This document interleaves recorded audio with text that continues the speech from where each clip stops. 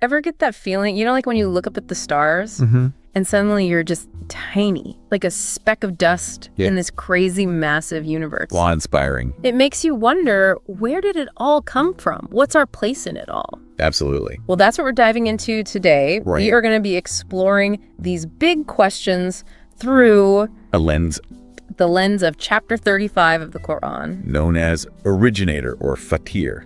And it really gets to the heart of creation and the power behind it, Allah. That's right. So strap in, because we're about to unpack some pretty profound ideas about where everything came from and what it means for us. Yeah, right from the start, originator emphasizes Allah's role as the sole creator. Okay. Not just of the physical world, the heavens, the earth, Right. but also angels and all forms of life. Okay, that makes sense. But what really caught my eye was this idea that Allah adds to creation as he wills. It's not just like a one-time event, it's ongoing. I see what you mean. It kind of flips the script on how we usually think about creation. Yay.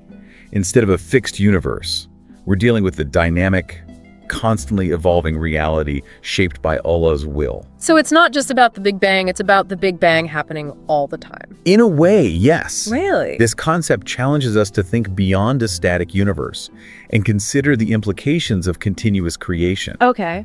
For our understanding of time, change even the limits of our own perception. Whoa, okay, that's pretty mind-blowing. But if Allah is this all-powerful creator, what about our choices? Do we even have free will? That's where the idea of mercy comes in. Okay. The chapter contrasts Allah's boundless mercy with the consequences of rejecting his guidance. So it's not a puppet show, we have a role to play. Absolutely. Okay. The chapter uses the metaphor of Allah withholding or releasing mercy to highlight this balance. Okay. In Islamic theology, mercy isn't just forgiveness, it's also the source of all guidance and sustenance. Right. By choosing to follow or reject that guidance, we shape our own destinies. Okay, that makes sense. Yeah. But there's also this mention of Satan trying to lead us astray. Right. How does that fit into the picture? The chapter portrays Satan as a constant tempter, Yeah. seeking to lure us away from the path of righteousness and towards the fire of hell. It's a reminder that even with free will, we're constantly facing challenges and temptations that can cloud our judgment.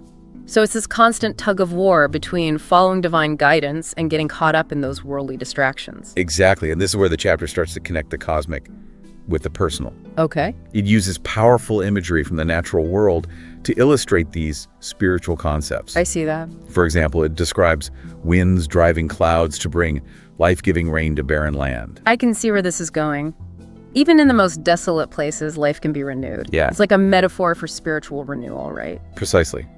It's about the potential for transformation and the power of Allah's mercy to bring life even to seemingly hopeless situations. I like that. And this theme of balance and diversity in creation continues with the comparison of two seas, Okay. one fresh, the other salty, yet both providing sustenance. It's like saying even things that seem opposite Right. can coexist and serve a purpose in Allah's plan. Right, and this order and purpose are further emphasized in the way night merges into the pavans.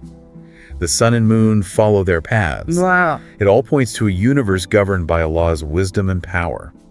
But in this grand scheme of things, where do we as individuals fit in? We might feel pretty insignificant compared to all of that.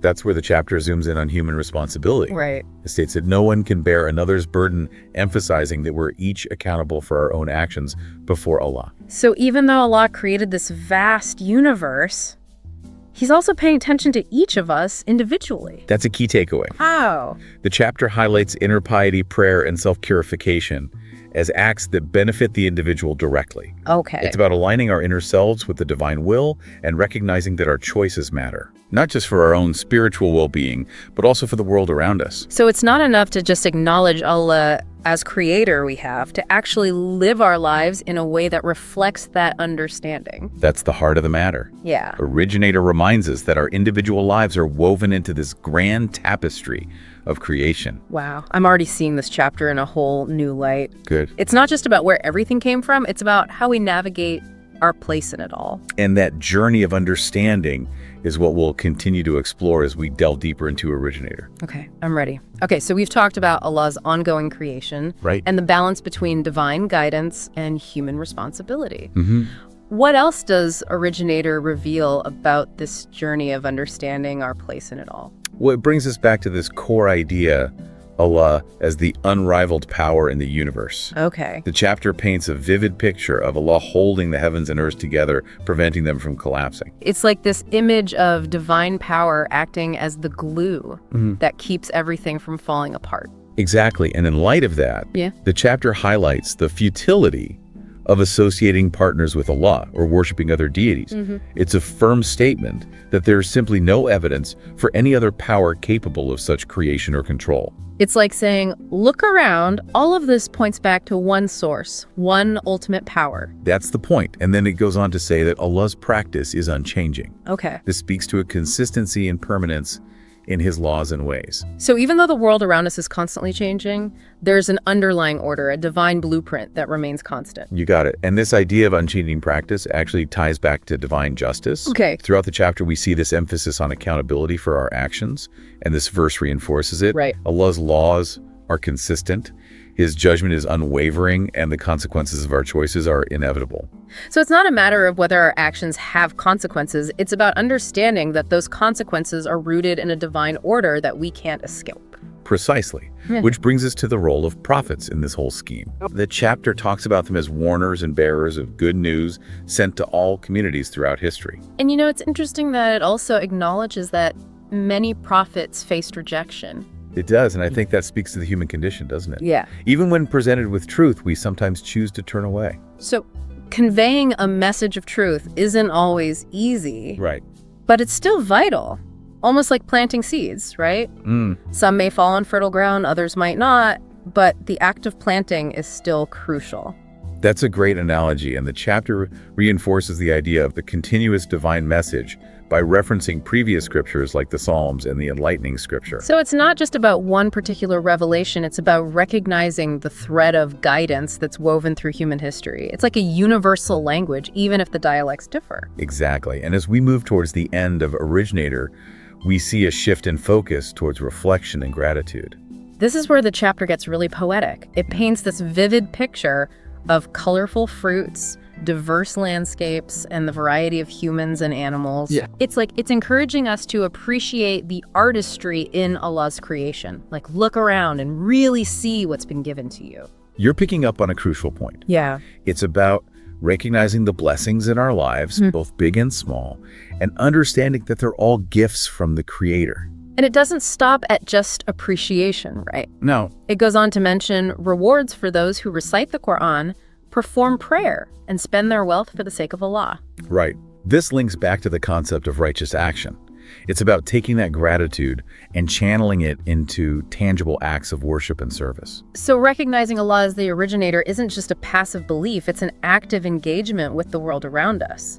It's about aligning our actions with our understanding. Exactly, and I think this point really hits home when you consider the contrast it draws with the fate of those who disbelieve. Yeah, it's a pretty stark picture. Right. It describes them facing the fire of hell with no relief from their punishment. It is, but even in this depiction, there's a glimmer of hope. It mentions their plea to be given another chance, highlighting the opportunity for understanding and repentance that's available in this life. So it's not about condemning people to a particular fate, but rather emphasizing the gravity of our choices and the urgency of seeking truth while we still have time. Precisely, and ultimately this all comes back to the concept of divine justice and the certainty of Allah's knowledge and judgment. It's both humbling and reassuring, isn't it? Yes. To know that our actions matter, our struggles are seen, and we have the chance to choose a path that leads towards goodness and light. Absolutely. And as we conclude this part of our exploration, I think it's fitting to remember that this entire chapter culminates in a powerful affirmation of Allah's absolute power and dominion over all things. Okay, so we've gone from the vastness of creation to the intensely personal responsibility of our choices. Yeah.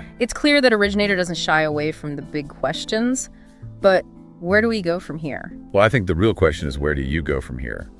What resonates with you most from this chapter? That's a really good question. I think for me, what stands out is this idea that recognizing Allah as the originator isn't just some abstract concept. It has real implications for how we live our lives. It's a call to action, wouldn't you say? Yeah. It's about seeing the world through a different lens, understanding that our choices are woven into this larger cosmic tapestry created by Allah. Just like suddenly realizing that your life is a part of this grand story and your actions contribute to the unfolding narrative. And that can be incredibly empowering, right? Yes. It gives our choices weight, our actions meaning in our lives, a sense of purpose beyond the everyday routine. Definitely. But I also think it's humbling.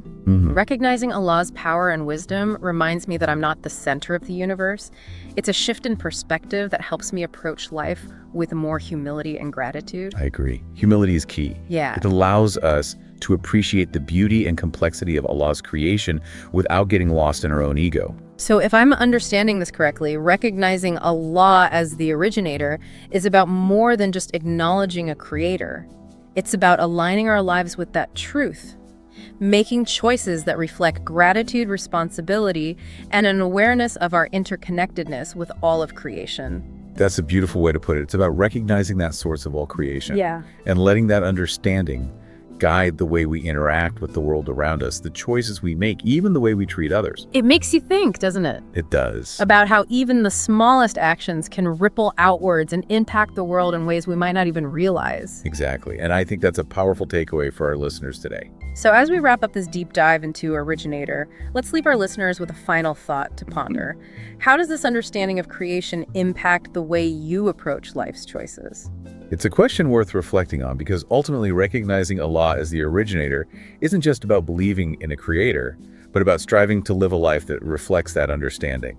It's about embodying those qualities of gratitude, responsibility, and compassion that are woven into the very fabric of creation. Beautifully said.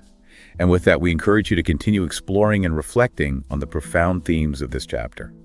May this deep dive inspire you to seek deeper meaning and purpose in your own life's journey. Thank you for joining us. Until next time.